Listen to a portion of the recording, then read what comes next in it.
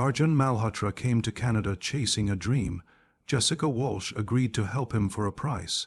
But when their fake marriage unraveled, it didn't just risk deportation, it ended in murder. What began as a desperate immigration scam turned into a deadly game of betrayal, blackmail, and revenge, and neither of them would make it out the same. Arjun Malhotra landed in Toronto in August 2019 with high hopes and a student visa in hand. At just 24, he was the pride of his small village in Punjab, the first in his family to ever go abroad. His parents had sold a portion of their ancestral land and taken loans to fund his education in Canada. In return, they expected him to complete his studies, get a good job, and start sending money home to help with family expenses and loan repayments. For Arjun, this wasn't just a journey toward a better future, it was a responsibility to rescue his family from poverty. He enrolled in a private college in Brampton known for accepting international students. The tuition was steep, and the part-time job market was saturated with hundreds of students competing for the same few restaurant or warehouse shifts. Arjun struggled to find consistent work, often surviving on instant noodles and skipping meals. The Canadian dream quickly started to feel like a trap. Within a few months, Arjun fell behind on his tuition and was at risk of losing his visa status. He tried everything: odd jobs, borrowing money from friends, even selling his phone, but it wasn't enough. His desperation grew when he learned that he had only a few months left before his permit expired if he didn't pay. That's when he was introduced to a group of other international students who had found a way to stay in the country long-term marriage fraud. It sounded extreme at first, marrying a Canadian citizen in exchange for money and permanent residency. It felt risky, illegal, and dangerous, but for many students stuck in the same position, it had become a common, if silent, practice. The promise of staying in Canada, finding better work, and eventually bringing family over was too powerful to ignore. After weeks of hesitation, Arjun gave in. He was introduced to Jessica Walsh through an underground network. Jessica was a 29-year-old Canadian woman who had fallen on hard times. A single mother with debt and no stable job, she had agreed to the fake marriage in exchange for a $20,000 payment paid in monthly installments. Jessica and Arjun met only a few times, just enough to create some photos and a false story of how they fell in love. They submitted all the necessary paperwork and, after a quick civil ceremony, became legally married. To the immigration authorities, it looked like a normal couple building a life together. Behind the scenes, they lived separately and barely communicated. Jessica had her own life and Arjun returned to the grind of part-time jobs, now with the added pressure of paying her monthly. For a few months, things went smoothly. He began to feel like he had bought himself some time, a second chance to make his dream work. But it wouldn't last. 6 months into the arrangement, Jessica stopped replying to messages. She missed a scheduled interview with immigration officials, and suddenly the entire setup began to crumble. Arjun's dream of a future in Canada was now teetering on the edge of disaster. When Jessica Walsh stopped responding to Arjun's messages, his initial reaction was confusion rather than panic. He assumed she was just avoiding him because of money delays. He had missed one of the monthly payments, and she had previously threatened to back out of the arrangement if the money didn't come through. But this time felt different. Her phone went straight to voicemail, and her social media accounts hadn't been active in days. A growing sense of dread began to creep in. Arjun visited the address Jessica had listed on their marriage documents, a small apartment complex in Mississauga. The landlord told him she hadn't been seen in over a week, and her rent was unpaid. The mailbox was overflowing, and there was no sign of her car.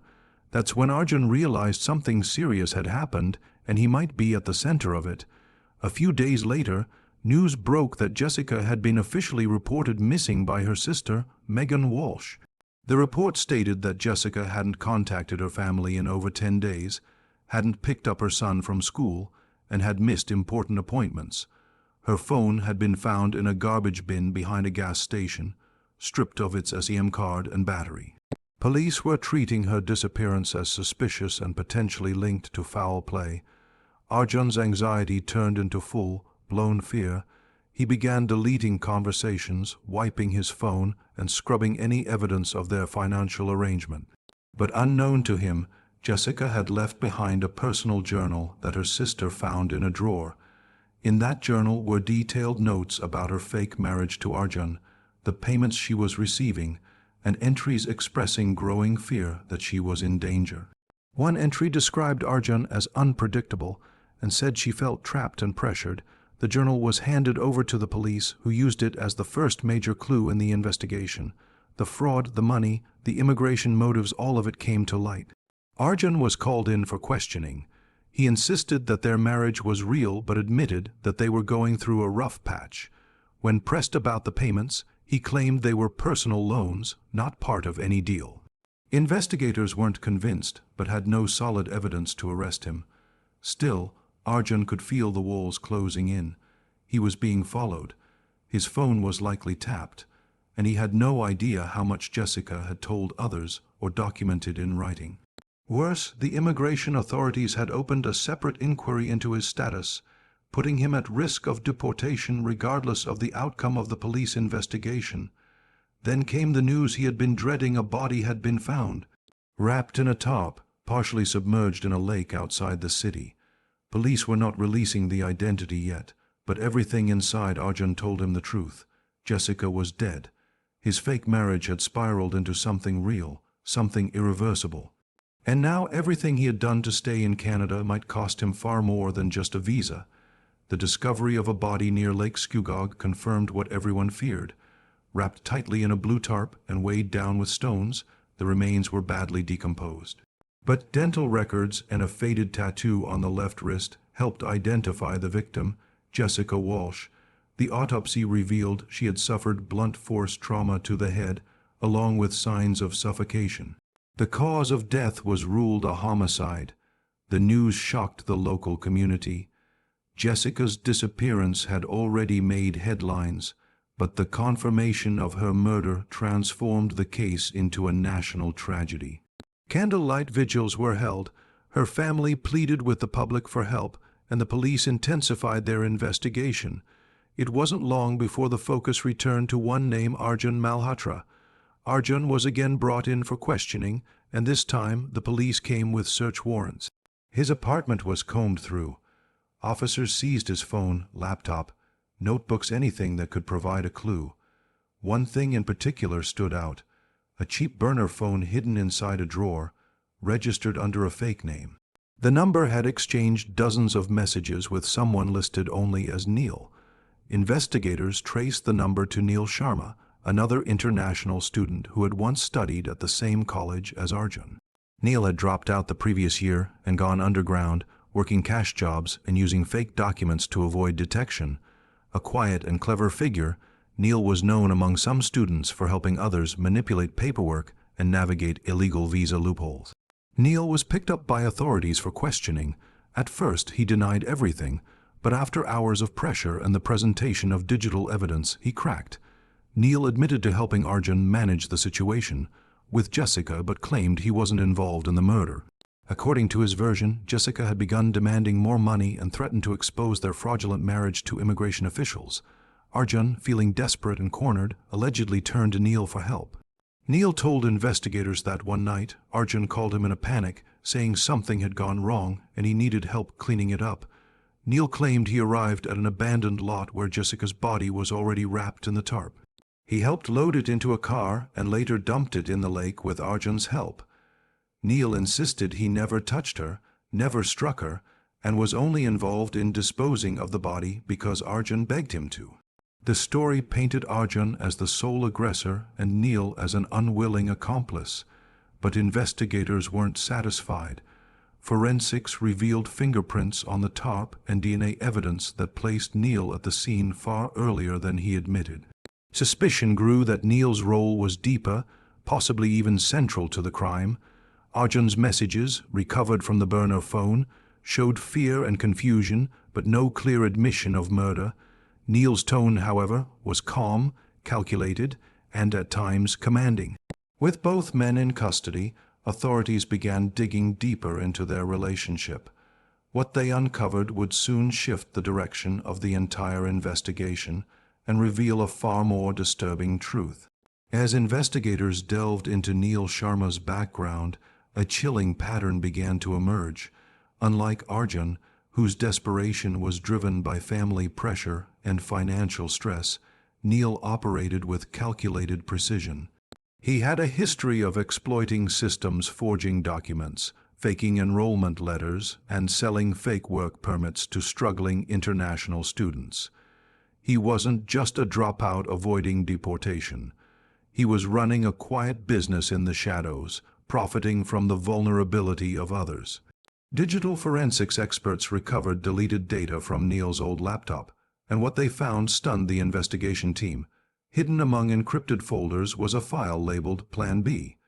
It outlined various methods for resolving complications in fraudulent marriages. One section was disturbingly specific.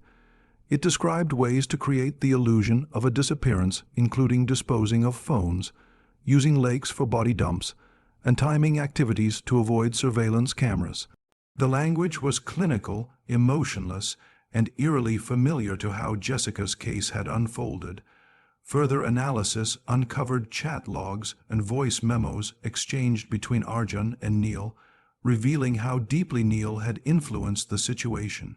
Weeks before Jessica's disappearance, Neil had been feeding Arjun ideas suggesting she was a threat, that she might betray him to immigration, and that if she exposed the scam, he would not only be deported but arrested.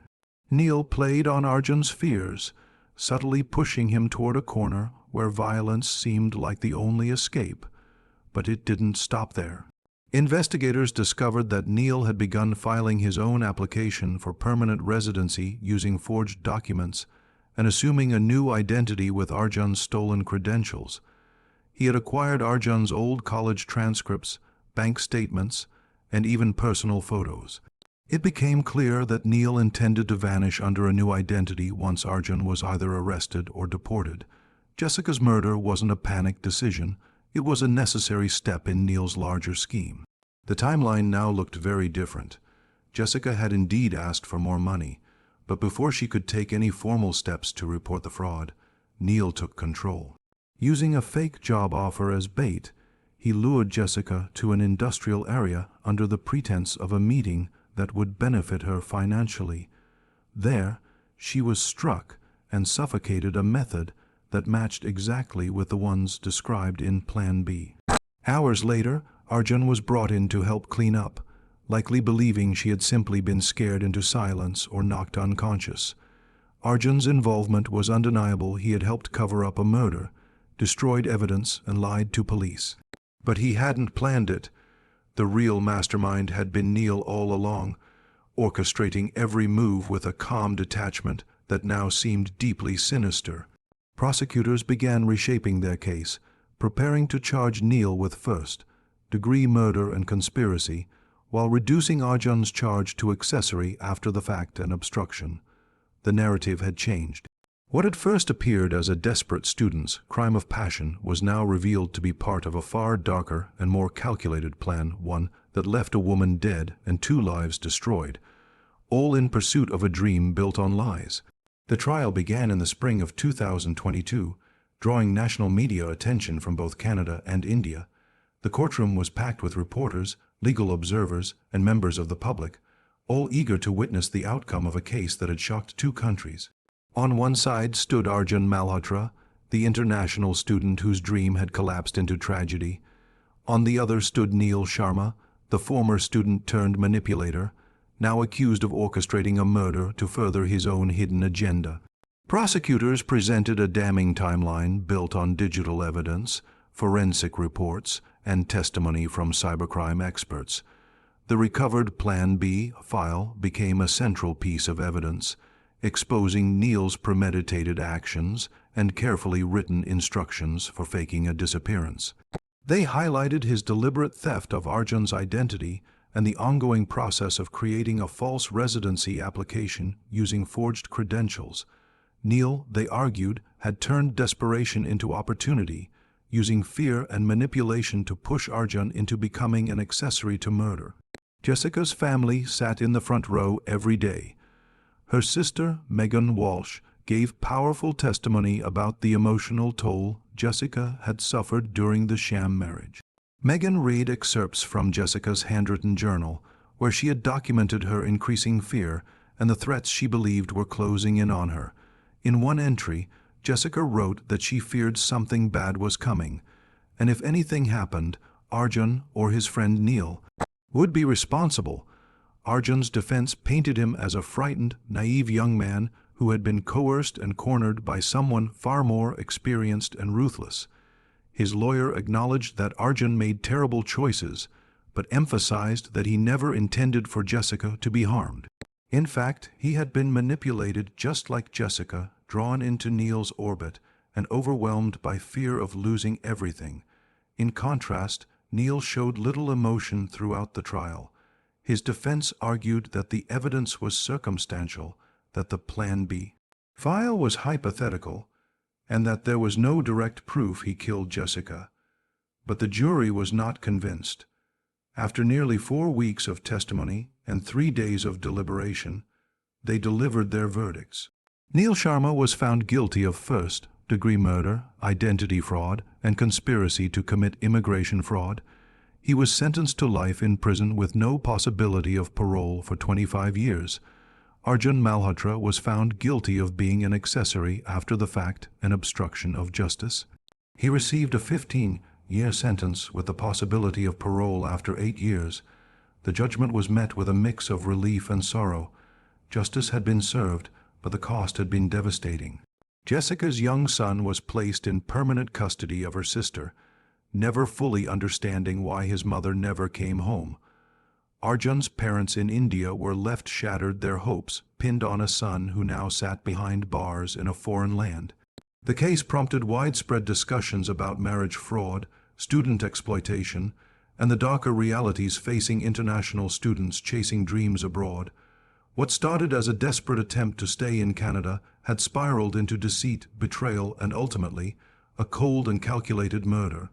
A dream was shattered, a life was lost, and 2 futures were destroyed, all in pursuit of a lie.